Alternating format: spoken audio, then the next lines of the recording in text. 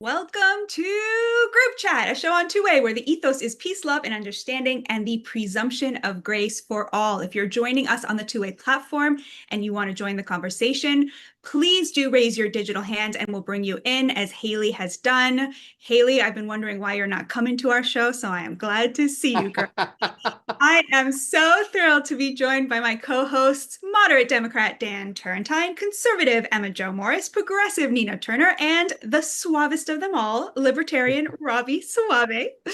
Right after this show at 5 p.m., you can join us as we record a special episode about our projections for 2028. I know the 2A community has a lot to say about that, so please do join us.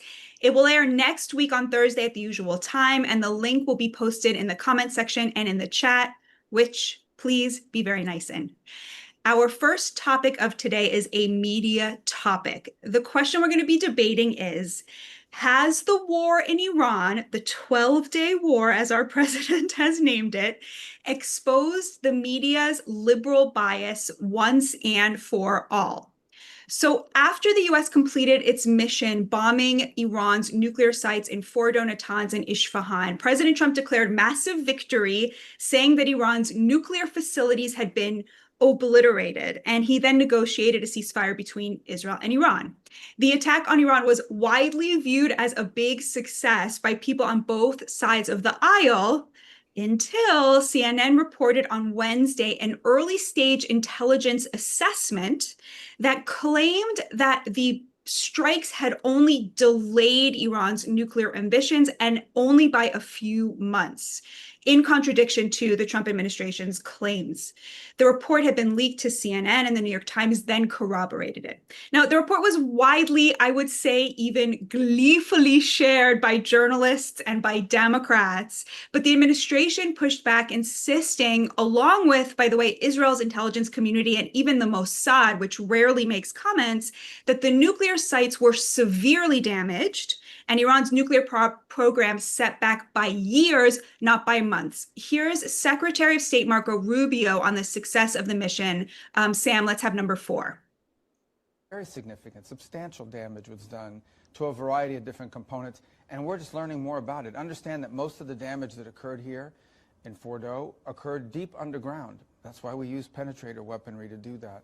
So that's why I hate commenting on these stories, because often the first story is wrong and the person putting it out there has an agenda. And I would say that story is a false story, and it's one that really shouldn't be re-reported, because it doesn't accurately reflect what's happening. And speaking to the press at the NATO summit, Secretary of Defense Pete Hegseth confirmed that the report was real, but he emphasized that it was preliminary and low confidence, not a final conclusion about the damage. The president also, of course, pushed back, calling the report fake news and accusing CNN and others of undermining both his achievement as well as the work of the service members who successfully bombed the sites. Here's the president, element 1B.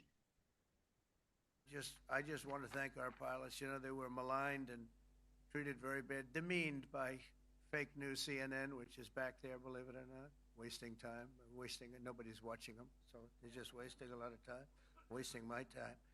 And the New York Times, they put out a story that, well, maybe they were hit, but it wasn't bad. Well, it was so bad that they ended the war. It ended the war.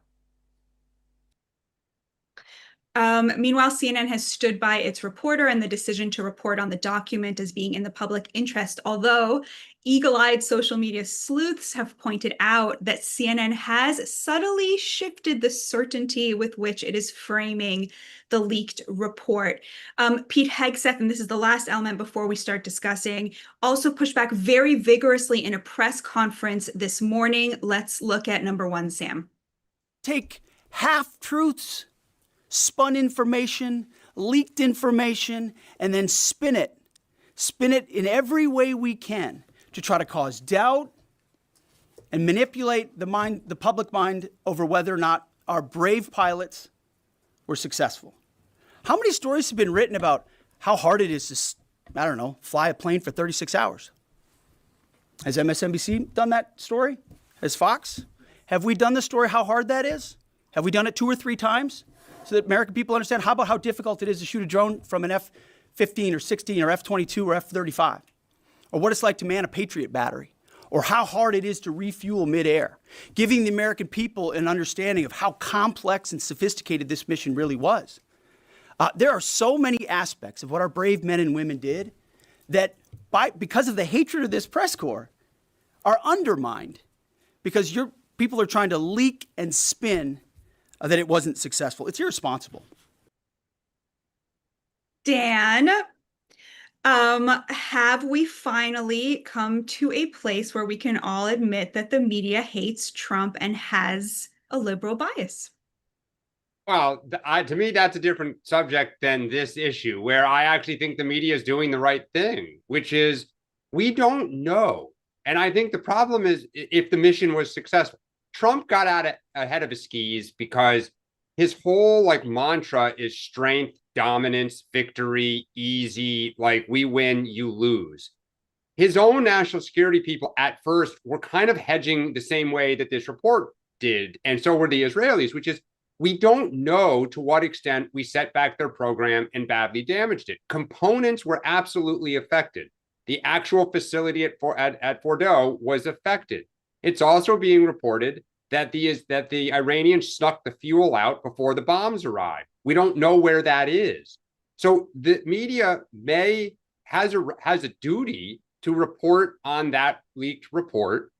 And I think Trump was out over his skis. And I think we all admit Trump does this so often that we kind of roll our eyes at the fact that what he said, he didn't know to be true. That's the problem.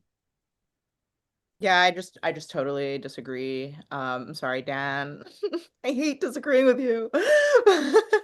But I completely disagree. The media has some sort of perception of the intelligence community as if they're also journalists just trying to, shed light on this lying president. And that is totally the wrong perception. And not only is it the wrong perception, but it's a complete abdication of their role as journalists. And if anybody was watching Two-Way Tonight last night with Nina and me, I was kind of getting there. And I think that this is like another angle of the same point, which is somebody like Natasha Bertrand sees the security state. Let's just say, so Natasha Bertrand was the journalist who's a CNN reporter who was given this leaked early intelligence report, and reported it on CNN. So go ahead, Emma. You have actually a history with her based on your reporting. I don't know if the Two-Way community is aware of this, but Emma Jo was the journalist who was given the Hunter Biden laptop. So Emma, tell us a little bit about that backstory. Well, I reported the Hunter Biden laptop story at the New York Post, and Natasha Bertrand was obviously infamously now out a few days later. 51 former intelligence officials say that the laptop is Russian disinformation, and she just relays vomiting what the intelligence community has just shoved down her throat uncritically onto her page. And that's what she does, and she sees them as her peers, and she sees them as authors in the truth and quest for the truth to hold Trump accountable. That is absolutely not what the security state is about. These are spies. And they are not only power center, but an opaque power center, perhaps I would say much more opaque than Donald Trump's and the way he wields his power and his ability to wield his power. So that said, it's like, Dan, I agree with you that we want to know the exact extent of what happened. It's obviously in the public interest to have that information. That's my first question, obviously, too, as an observer of this, is well, what do we just do, sincerely? And what is the state of the nuclear program that apparently is a huge national interest to abate? But random unnamed sources in the CIA or whatever, giving a narrow scope of information and presenting it as if it's supposed to be the story, which is what she did, and obviously what her sources were doing with her, is not journalism. So Dan, can you respond? So you think then that if somebody leaks something like that, they should just sit? So if Kamala Harris's administration bragged that we got them, and her own Defense Department at first was saying, hey, I don't know about that. I don't know if we did. No one should report it. I don't think no one should report it. I think a journalist should do journalism. So she's giving a tip. For instance, But hold on, but the tip was true because Pete Hegseth said it is a true report so from Mark his Defense Mark Department. said the same thing last night, but it isn't true because it's one paper about a big story that has, first of all, low confidence, which everybody has admitted, including CNN. And it is a tiny sliver of the story, which again, they are admitting that this is one piece of intelligence that does not portray the full story and therefore is misleading to present on its own. But I expect her to I want to get Robby.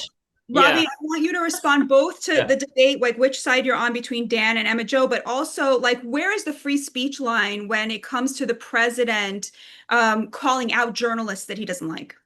Yeah, look, I definitely think it should have been reported. I share the suspicions of this journalist in particular, Natasha Bertrand, because of the way she characterized in the past the intelligence community discussing the Hunter Biden laptop story. Remember that her headline in her story was 50, however many officials say Hunter Biden laptop story is disinfo. But that is actually not what the letter from the intelligence officials said. They said, in their opinion, it resembled Russian disinfo, which is a key difference. They were not asserting that it was disinfo. And that was a difference that was not clear from her headline. So I would say she has a history of characterizing sensitive things of this nature in a way that don't stand up to scrutiny and is thus the wrong messenger for the story. But at the end of the day, this happens all the time, that different government officials, different agencies and departments reach different conclusions having looked at similar data. When I believe it was the FBI and the Energy Department concluded that the lab leak was more likely than the animal spillover for COVID, they concluded that with low confidence. And it was still treated like a massive bombshell by me included. It's still an open question. Some government agencies think it's one way, some think it's the other. They're looking at similar information and reaching different conclusions. That happens all the time and is probably the case here. And the American people deserve to know the truth. And we can't automatically assume that the way it's being characterized by partisan media actors and partisan government officials, I don't instinctively trust either. That's my take. Nina, hold on a second. Nina, I want you to do something that I think the 2A community will really benefit from, which is we tend to, people who are in the center and the center right tend to see this big liberal bias in the media. But progressives also feel that the media is very much against them and very much on the side of the establishment. So can you just help us understand that point of view and then weigh in on whether you think that the media has it in for Donald Trump? Oh, it's not a feeling with progressive. I mean, we got all kinds of receipts. It's real. I mean, this is real, what they do. And certainly the Senator Bernie Sanders campaigns are the largest examples, both in 2016 and 2020, where you have these folks lined up. I have people on the inside of some of these places who would bemoan the fact that they were told to lift up the more neoliberal or establishment candidate over Senator Bernie Sanders. This is not how media is supposed to be at all. And there is a difference between journalism and opinion pieces. So if people are going to give their opinion, I think the public has a right to know that the person writing is purely writing opinion, even though I think most people look at somebody behind the desk and they think it's journalism. And all the time it's not journalism. So no, the progressive left knows exactly the levers of power, who has the connections with whom, and how they use those connections to guide or to lift or shutter one political person over another. In terms of this, I'm just dizzy. I mean, all of my colleagues, I think there's some truth in everything that I just heard from my colleagues here on this issue. I just can't get over the excitement about bombing folks. I mean, that's where I'm stuck. I'm just sick to my stomach about, Peter Hegseth and all the rest of them. And you guys are maligning our service members. No. The American people do have a right to know. They do have a right to know the truth. We got to get at the truth. All of this happens so fast. And Dan's point about the president getting ahead of his skis, that's what he always does because his ego. Yep. He cares more about his ego in situations like this instead of just waiting and just holding back. I mean, he went off on Tulsi Gabbard for the love of God. So I'm just not excited about their excitement about bombing folks or bombing their facilities, and then they got the nerve to be angry that people have some questions about it. Okay, let's have Emma, Joe, and then Dan, and then we're going to bring in Haley. Yeah, sorry, I was just gonna say, like, just to kind of tie it up. Like, I don't think she should never tell anyone that she knows this or whatever. Like, obviously, yes, the document is real. I just think that, like, I don't know, I come from like maybe a time that's long past where like journalists like did journalism. Especially somebody like Natasha Bertrand, who for sure isn't like on some sort of content farm, like just churning out rewrite. Like, she has time to nail down stories, and she has really serious sources, as she's shown us in the past. She has contact with the highest levels of all the departments, it seems, and agencies. So, girl, like, you got a great little tip. Okay, that's called a tip. That is not a full story. And it is a legitimate question to pursue the answer to, but then get the answer. That's what makes this look so political and fake and dumb. Right, Is like that, Emma, you're saying she could well, have said, for that's example, a like sliver of a story that she could have said, has a narrative that could the like source wants her to put out, had a and she just headline puts it out. maybe that said something like, you know, there is a debate within the administration about how extensive, something like that, that made it very clear to the reader and less shareable with the kind of glee I was talking about. Dan, and then we're going to bring in Haley. Well, I mean, look, I think Fill in the story. Get the full story is what I'm trying to say. she reported the story, which is the Defense Department's initial assessment was it set it back a few months. By the way, the Israelis at first were saying they were not sure. So, I mean, look, the story has evolved as we go along. I think every one of us would agree Donald Trump's initial statements were wrong. He did not know. He wanted to say it was obliterated because it sounds strong and tough and we got him and we destroyed him. He did not know. And that's the problem. And everyone's like, well, that's just Trump. He's boisterous. He talks tough. Well, like, guys, the president of the United States, who has his own personal agenda, I totally agree with Nina. It's about his ego sometimes. He may be right, but he did not know that at the time. Haley, tell us a little bit about where you're calling us from and what is on your mind. Hi, I'm from Queens, New York right now. Rockaway Beach was beautiful the last few days. I'm so excited to finally be here. I love all of you. I think this is a fantastic, fantastic addition to Two-Way. I feel bad for changing the subject so early on because there's like something on my mind that like I mean, since I want to talk about the mayor election, if you'll let me. Because it's like it's driving me crazy. So basically the last few days, like I understand all of the conversations that have been going on, especially here. But I think Mark said something like one of the Two-Way tonights where he said, like, let's put away with the ideology and focus on like the reality and like all of that. And I accept it. And I really do understand why people voted the way they voted. And I have my own family members who voted the way, for Zohran and everything. But when we look at these candidates, like I can't put away with the ideology, especially as it's affecting me personally. I am a Jewish Israeli American. I feel under threat in this city in a way that I have never felt. I was born and raised here. I did move to Israel when I was 17. I came back and now I'm back in New York. And I've never felt this way. I was raised in a pretty upper class, middle class family in Queens, and I never felt threatened for being Jewish. However, I do today. And I think we can't put away with the ideology when we're talking about someone who has made statements that aren't just extreme in the eyes of Jewish Americans. They're extreme in the eyes of just everybody. And I feel like it's being like, I know he did that interview with Jen Psaki today or yesterday and tried to backtrack on a lot of it. But for us, for my community, it's not enough.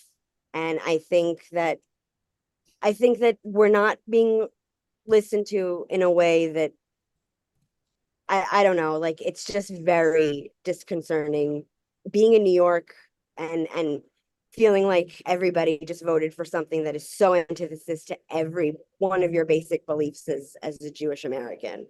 And Can you Batya, define, I have to say it, Neshama, I love you, and that's it. Yoni, can you define what exactly, when you say his ideology, like just define for us what exactly you're talking about so we can respond. So New York is special in the way that it has the highest amount of Jewish Americans outside of Israel. It's something that can't be denied when we're talking about the demographics of the city.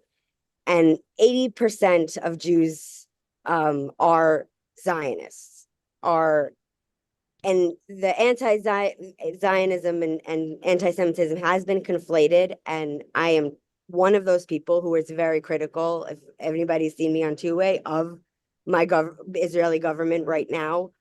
But the conflation is, it's a problem, but there's also a basis to it. And when 80% of a population believes something, it's a core in their beliefs. So somebody who very much, I don't think, would say that he's not an anti-Zionist. I mean, I think he would be okay with that. It's worrying. It's extremely worrying. I just want to know what you guys would say about that. Let's have Dan weigh in and then Nina. Well, I think if you saw his interview, I think it was last night with Jen Psaki on MSNBC, where he started trying to reach out to the Jewish community, saying, I absolutely understand that there's a rampant anti-Semitism in the city. I've heard from people up and down the streets. I want to devote, resources to trying to combat it. Like, I think he's aware of this criticism. He has obviously said some things in the past that rightfully are concerning, but he also keeps saying, I'm not anti-Semitic. I'm not, I understand this. So look, Haley, it's like a lot of things. When you get a candidate that kind of comes out of nowhere, what you're saying, I remember a lot of people saying about various stances Donald Trump took, right? How could people think this? How could, Chris talks about how could some certain blacks vote for Donald Trump, or how could Latinos vote for Trump, right? Like just this, like, I don't understand it. But I think that we'll see where he goes. He does seem to be trying to make sure people see him in a slightly different light now. Nina? People have to get to know him. I mean, he's been very clear about being concerned about anti-Semitism, the spread of anti-Semitism, and the concerns for Jewish New Yorkers' safety. That is what somebody running for office should be concerned about. They should be concerned about everybody's safety. And if there's one particular group or another that feels less safe, to put the energy there. So I have not seen him say anything on the trail to the contrary. I do believe that when you run for office as somebody like I have served an elected office, my Senate district had the largest amount of Jewish American citizens in the entire state of Ohio. You're balancing different constituencies, but what you don't have to balance is safety. What you don't have to balance is hatred of any type. And Haley, I can relate to you as a Black woman in America. I feel unsafe every day, every single day of my life. I feel unsafe in any city or any walk of life because of the history of my ancestors on this soil in this country. So what I would say is that the Jewish community in particular, but every single community, is going to have to get to know him, voice concerns, as they would with anybody that was running for office, and then try to work to help to change things for everybody in that city for the better. And I think overall, that is what he is trying to do. I mean, 1 of every 4 New Yorker lives in poverty, and trying to deal with those kinds of things in a very holistic way. So I would just say, give him a chance, and we shouldn't listen to the haters that are out there just trying to malign him. Was it Congresswoman Marjorie Taylor Greene? She put a black sheet over the Statue of Liberty. How dare she do something like that to stoke hatred? It's already there. We got Middle East. We got, we're trying to figure things out in this country. New York, I know, You know, so I feel you, Haley. I feel you. I What believe Nina's that. referring to is Marjorie Taylor Greene after Zohran Mamdani won. She posted to Twitter a photo of the Statue of Liberty wearing a full burqa and niqab, basically saying, that, New York, because he's Muslim, has now become Islamified or something along those lines. So Nina, is it I actually interviewed Marjorie Taylor Greene on my show today on Rising, and we did ask her about that. If you're interested in What did she say, Robbie? Her explanation was that she's against Sharia law as a woman, and that was a statement against Sharia law. My co-host Niall kind of tried to press her on, but what is the occasion for this? Is it the election of or the choice of Zohran Mamdani? And she kind of dodged answering that. Of course, these other questions in the interview were about how she totally doesn't want regime change or more action in Iran. So there are probably things even like Nina you would have liked about I the agree interview with before she got to that point. And I do think. Oh, sorry. Go ahead, Batya. Oh, I just want to put a fine point on it. So tell me if I'm understanding this correctly. Your position is whatever his views on whether Israel should be a Jewish state or not, that is really irrelevant because you trust that he has the best interests of American Jews and Jewish New Yorkers at heart, and that really is what we should be paying attention to rather than his views about the Middle East, which he's not in a position to really influence one way or the other. Is that an accurate restatement? Yeah. Yes, of course.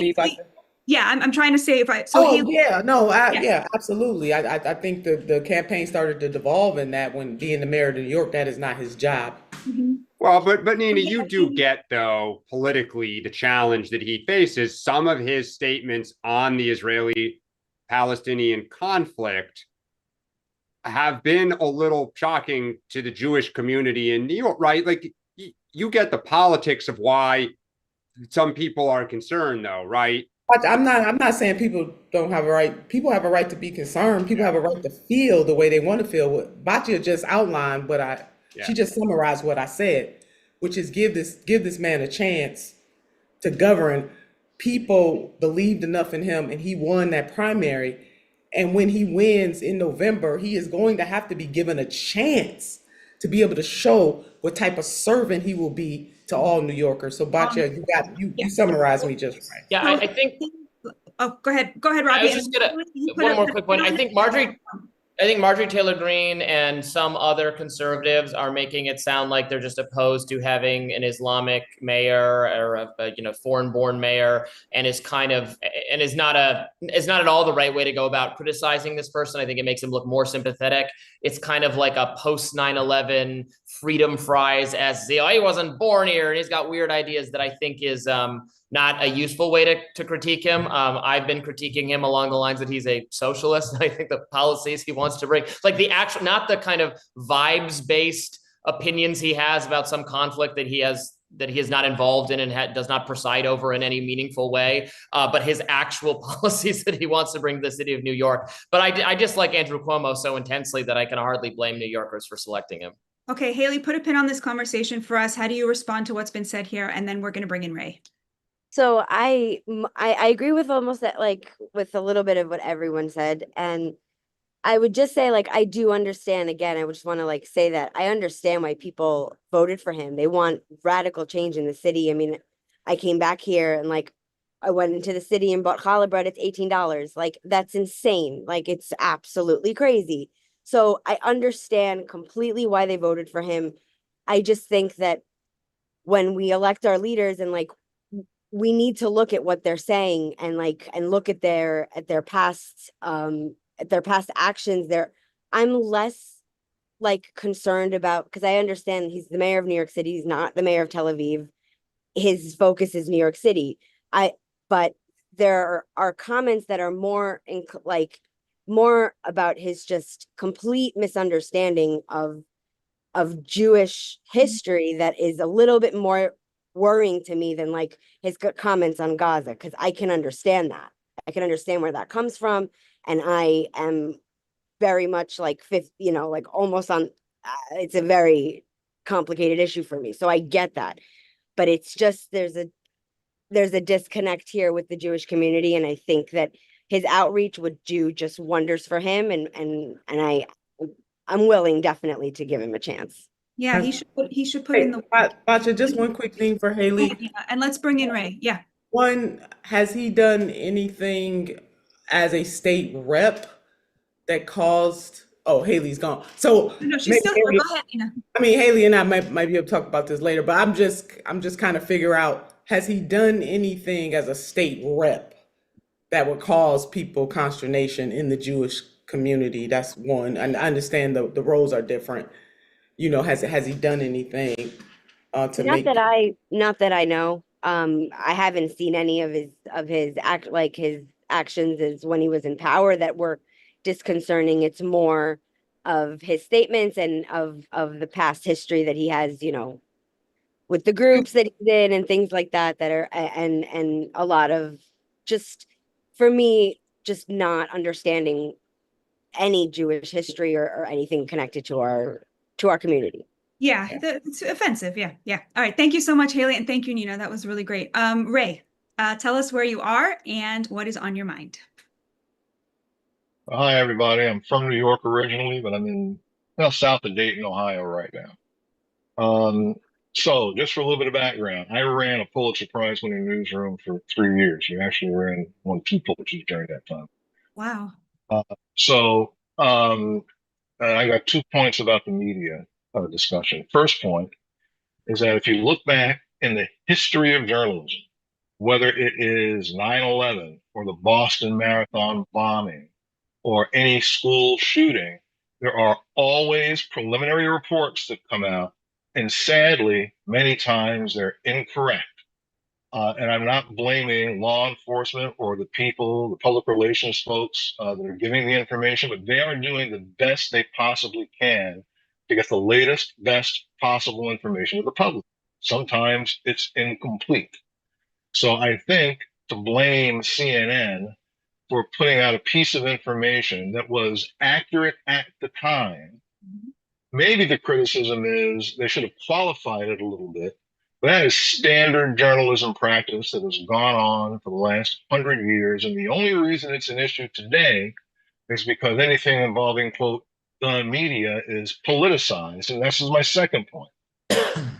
Everybody does the public a disservice when they blame, quote unquote, the media for the ills of one particular company. The media, when you say the media, well, that includes some little newspaper in Veneta, Oklahoma, that has nothing to do with this. And when we blame the media and the trust in the media, that just doesn't mean the New York Times, the Washington Post, CNN, the big boys. This hurts these little publications all around the country who do things like report on the Boy Scouts, report on a fundraiser for Girl Scouts. One of the things that frustrates me most, and this will be my last point, is that we do not take the time to explain to people that there is a massive difference between the dominant media, journalists, content farms, and opinion writers. When we say the media, the public, sadly, is not sophisticated enough to understand the nuances of the difference, and we say the media, and it does nothing but drive down trust and hurt everybody who's in the business that we are. Thank you very much. Thank you so much, Ray. Emma Jo, a lot to chew on there. Go ahead. Yeah, thank you so much. And I would love to know where you work, because I would love to go check it out. Especially obviously the work that got awards. Sounds cool. But I just there's a few things that you said that I didn't really agree with. First of all, was the thing that I agreed with the least was the last thing that you said, Ray, which was that the people, the general masses, let's say, who aren't following the news religiously, who are maybe passive news consumers, that they don't know the difference, between mainstream corporate media, or opinion or influencers. I just don't agree.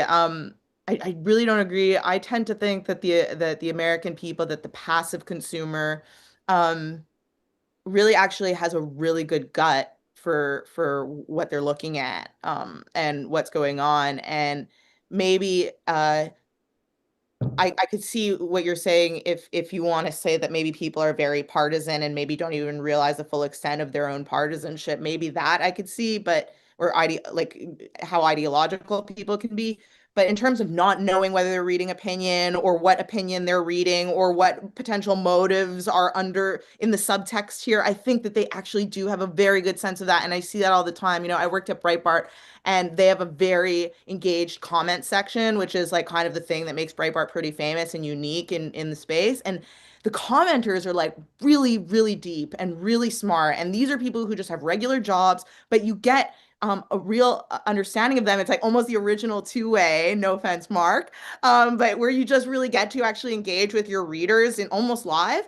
And these are like very deep people, very perceptive. And I don't think that like when we're slamming the media, that they're thinking, that's my local paper. How dare you? No, they know that we're talking about corporate media. They know that we're talking about disingenuous media, and we don't even really necessarily have to pick, a specific person or a specific network. It's a vibe, and they know when they're reading something with that vibe or when they're reading somebody who's writing in good faith. And I think there still are a lot of those people, but that said, like you can spot them, and Natasha Bertrand, it can be spotted for what she's writing. Like, Robby, you've been a journalist at many different outlets, different formats. You have a very good sense of what audiences do get, what they don't get. Where do you fall on either what Emma Jo is saying or some of Ray's other points about how we are actually taking away from the media's credibility by attacking it? Well, I agree that some criticisms of the media are too broad and overreaching. What is the media? Even what is the mainstream media? Does, for instance, Fox News count as the mainstream media? I appear on it sometimes. You do as well, Batya. It is a large media organization that is antagonistic toward CNN and NBC and ABC. And does it count when we say non-mainstream media? Are we just talking about podcasters and streamers? So I think some criticisms do go a little too over the line.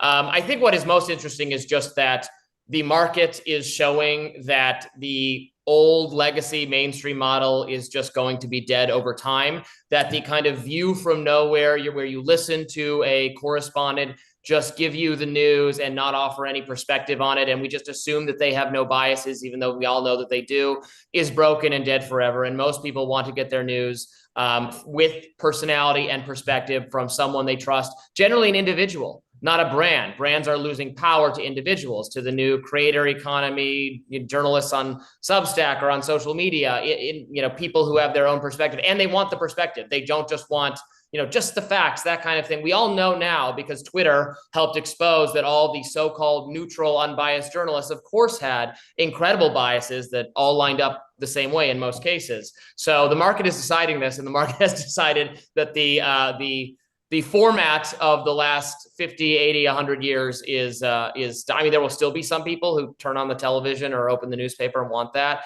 but more and more people want, some version of what we're offering here. Batya begins by introing us and our actual perspectives, and then we tell you what we think about the news and what the latest is, and that increasingly is, I think, just how it's going to be. Dan, I want you to respond to Ray's points, but also want to point out you did not respond to my initial question. You sort of skirted it by saying you spoke about this unique moment, but you didn't answer my question about whether the media is biased against Trump. So I still want you to answer that question and also speak to Ray's points. Yeah, I was actually, thank you for the reminder. Look, I think two things can be true, which is, yes, the mainstream media as a rule is biased against Trump. They do not like him. He offends their sensibilities. They also hate him. And I use that word, truly, because it's also true that he attacks them to discredit them. Where he knows he is weak or has a losing hand, go back to 2015, go back to 2010 with the birther movement.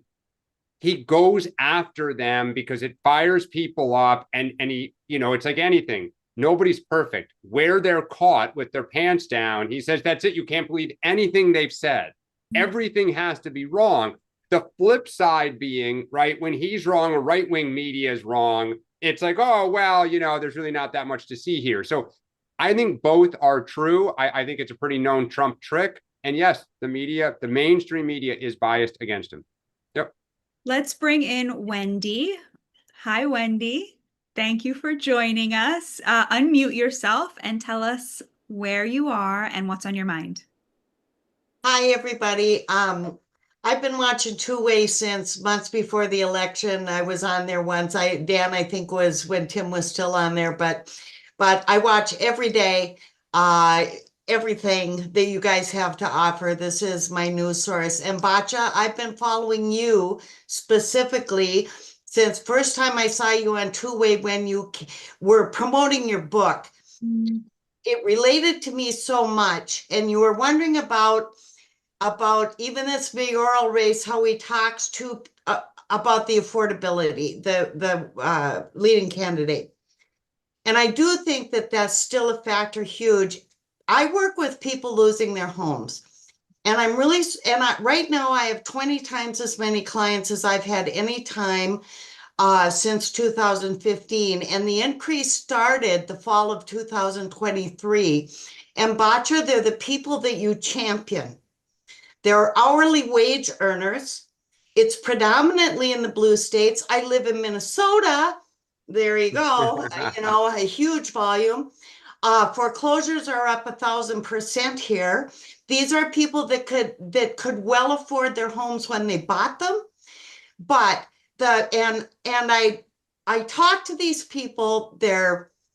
I'm very passionate for them. Their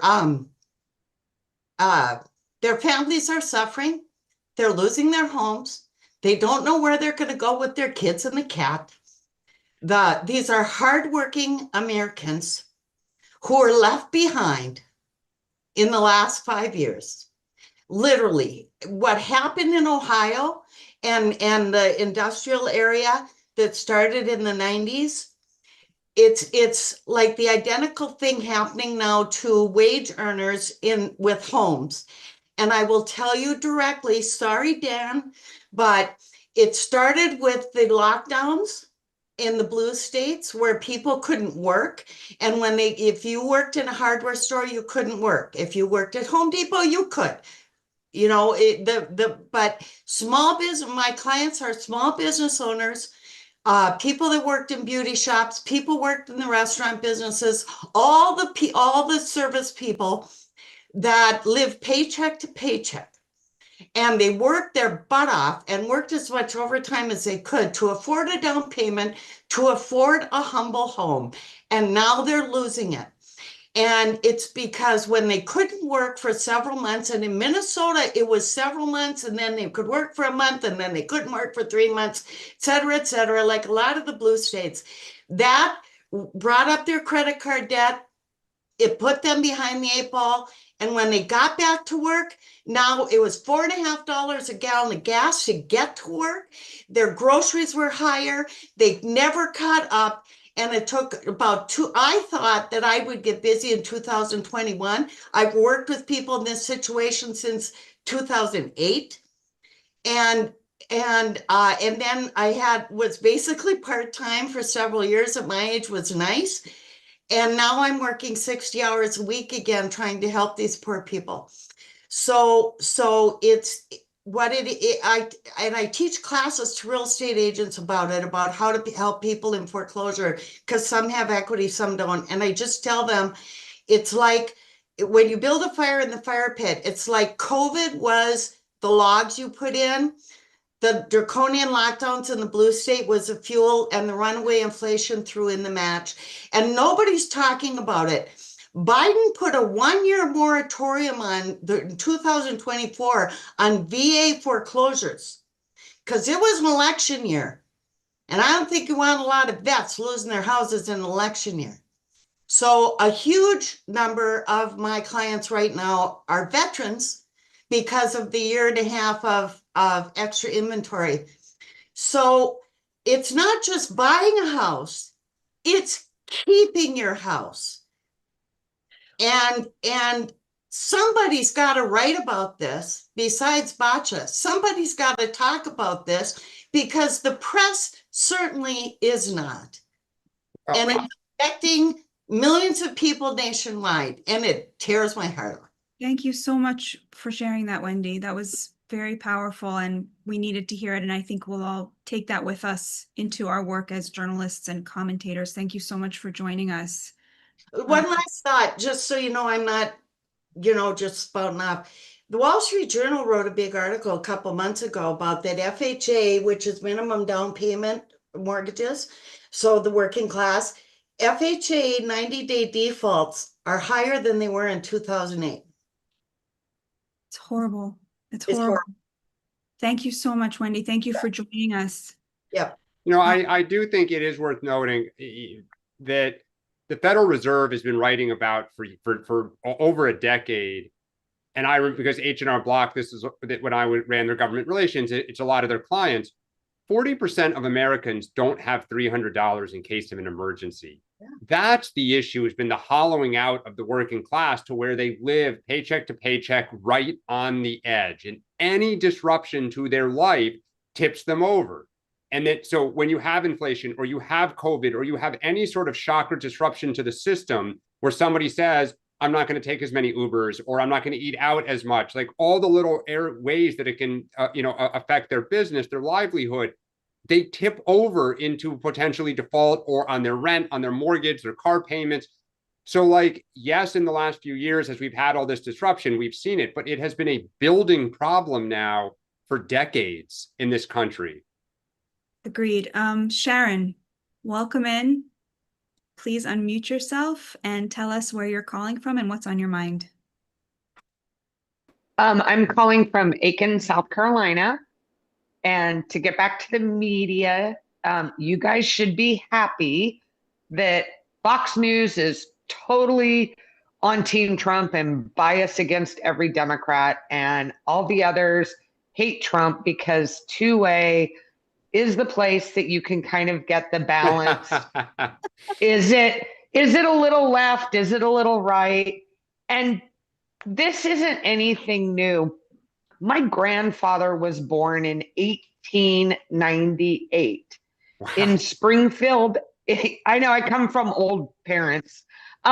In Springfield, Illinois, there were two papers. He bought both of them. One leaned to the left, one leaned to the right. And wherever they crossed, he figured that was the facts. That's how I was raised. It's new because it feels new because you've got all these clips on the TikTok and the social media and people putting out the memes and everybody lighting their hair on fire. But there's always been a media bias, and especially in politics. I don't think there's much of a bias about talking about some little league game in a local paper. But the minute you start talking politics, and I think that's why I have stopped listening to a lot of the podcasts I used to listen to, and I listen to everything from two-way because I want to hear Dan's opinion. I want to hear Mark being straight down the middle. I want to hear Sean, and then I want to decide where do I think things fit. And in fact, I'd love to have an hour's worth of lunch with Nina just to learn more about her politics. So you guys should be happy about the bias. Well, I hope the business people at Two-Way just heard that, Nina. Immediate. Yeah, we're gonna auction off Nina here. Oh, wait, Dan. No auctioning me. Okay. Okay, No. Bad batch. Everybody is eligible. This is not a Nina thing. Yes. Nina, do you feel that a person can listen to let's say left-leaning podcasts and get an accurate sense of things, kind of knowing that this leans in the same direction as them? Or do you agree with Sharon that Two-Way really is kind of one of the few ways that you can get a really accurate sense of the news? Do you find yourself seeking out how the right is talking about things, like right-wing news sources, to get that balance? Or you feel like you can just kind of hear it from people who agree with you and figure out what the truth is from that? Well, I definitely agree with Sharon about two-way because we here. So absolutely, Sharon Yeah. is 100% right about two-way. In terms of, I listen to it all. I go and watch Fox and stump around the room and, almost pull my hair out. But I do want to hear what they have to say on Fox. I watch BBC. I get my news from a variety of places because of my profession. Now, maybe if I were in this profession, I might not do that. And then on a personal note, my brother is a conservative, so he calls me every morning, Emma Joe, at 7:30, and we battle back and forth about the news. He hates CNN just as much as President Donald J. Trump does, and so I joust with him every single day over the news. So just want to share that. But yeah, I get my news from a variety of sources and I just kind of take it in. Of course, I have a position at all times, but there are some times where I say, okay, I didn't think about it like that. It may not necessarily change my position, but I think if people are open enough to say, I didn't think about it like that, then that's growth. Absolutely. Right. Well, Nina, I was really hoping you would share about your brother because I wanted the two-way community to know about that. So I'm really glad that came up. Thank you so much, Sharon. Let's bring in Rex. That's a great point too, Sharon. The press has always been biased. It's true. Yep. Hi, Rex, tell us where you're calling from and what's on your mind. Pine, Colorado. And I didn't know anything about New York politics. And so this Mamdani thing came up. And so I did some research on him. And you can speak to it probably better than I can because I'm not Jewish. He is a Sharia, or he is not Sharia law. He is a Shia, but he is of the 12er branch. And they believe in the 12 imams and all this stuff that I don't really understand completely. But their belief is that the 12th imam can never return until Israel is gone. Are you familiar with that philosophy at all from? I was not. Is anybody else familiar? No, forgive me. No. I'm a retired truck driver, and I used to listen to a talk show. Peter Boyle's out here in Colorado, and Peter he reads more books than I ever even saw, and but he would have people on his show that were very fluent in the Muslim religion and one thing or another. One of his Robert Spencer was one of the people he would bring on and one thing. And then he also had a professor who taught the Muslim religion and one thing and another, studied it. And everything that came from that was basically the Shia portion of the Muslim religion. They have this thing about Israel has to be gone for their. It's not like they don't want the land, they don't want the money. They want for this imam to be able to return. So no Understanding. I'm sorry, what? I wanted to understand something. Is Rex conflating? Rex? Are you saying that Mamdani believes that segment of the Yes, Islam? absolutely. That is the branch that he believes in. Okay, I certainly suppose don't. it's like I suppose it's like, and I'm not a religious man myself, okay, but I suppose I can equate it to if you're a Christian and you believe in the Protestant way of doing things. Let me just, Rex, we're coming up on time. I want to get a couple more voices in. Let me just respond very quickly. Thank you so much for that. I'm not familiar with this branch of Islam, but I'm a very religious Jew.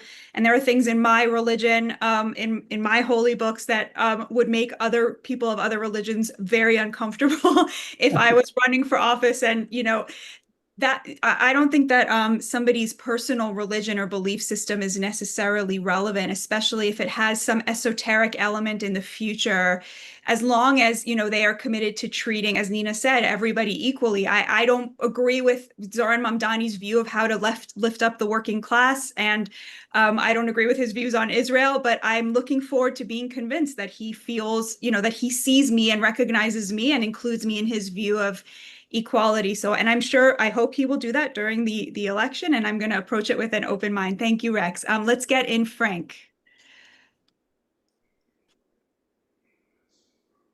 Frank, please Frank, unmute you're muted. yourself and tell us where you are. I'm in the North Shore of Massachusetts, near the beach.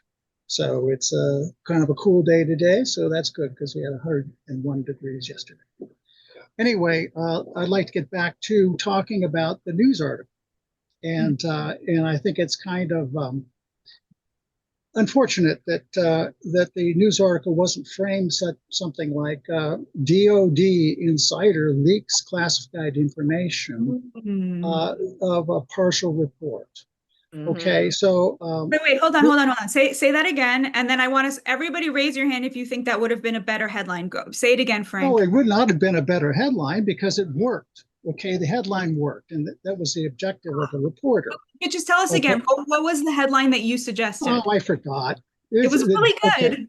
DOD insider leaks classified report suggesting or implying, I'm not sure what it was because I hadn't read the report because it's classified, that the attack was not 100% successful and might have delayed them only a few weeks. Who thinks that would have been better journalism if that was the headline? No, Robby, defend yourself. Just don't, you don't do that in a headline. You do nuclear capabilities not completely taken out, report says, and then right away in the article you say this is according to a low confidence report. How you obtained it is not the story. There's no responsibility of journalists to help the government keep its secrets. If you think it is your job to expose leakers or to complain about leaking, you are in the wrong business, my friend. I want leaks constantly. Leaker gives me a report. You better believe I am publishing it. If it makes Democrats embarrassed, if it makes Republicans embarrassed, that it's not. Sure, if you're gonna be clutching the pearls or fanning on the couch over where the information comes from, it's not the right industry for you. Right, but the story is throwing the big monkey wrench into the peace plan. Yeah, but it was true at the time. Maintaining the peace. I want the peace plan. It is still true today. About the damage from then. It is still true today. We do not know. Is that the big story? I want the big story. The big story is somebody's trying to interfere with. And I want the peace plan, but it's not CNN's job to help Trump's diplomacy with Iran. I like the libertarian activist in me absolutely wants Trump to not respond to this report by saying, "Oh, well, there's more facilities. We got to bomb them." I don't want that policy at all. I think they don't want Netanyahu. But as a journalist, you got to report what you get. You just have to. But Frank, I continue the war. Frank, do you think your role as a journalist to be mad? Wait, Dan, let Dan. I like the fact that you're all yelling at me. Guys, Dan, go ahead. Guys, all of you love leaks that embarrass Democrats, right? You don't have, Emma, you got a laptop that was not, how did you get that laptop? And it was not supposed to be out. No, it was not. It was private property. Okay. Yes. Somebody took it and somebody gave it, right? That was private property. Okay. We have to go because we have. You're so right, Dan. The Emma's headline was not stolen laptop obtained by Breitbart. That would be insane. It sort of was though. All right, guys, we have all of our sources and go do our next show. I want to thank Frank because I started the show in one place and he just made me come around to Robby and Dan's point of view because You guys really just nailed that landing. I gotta say, I feel a little ashamed as a journalist. I think the two of you just tag team that.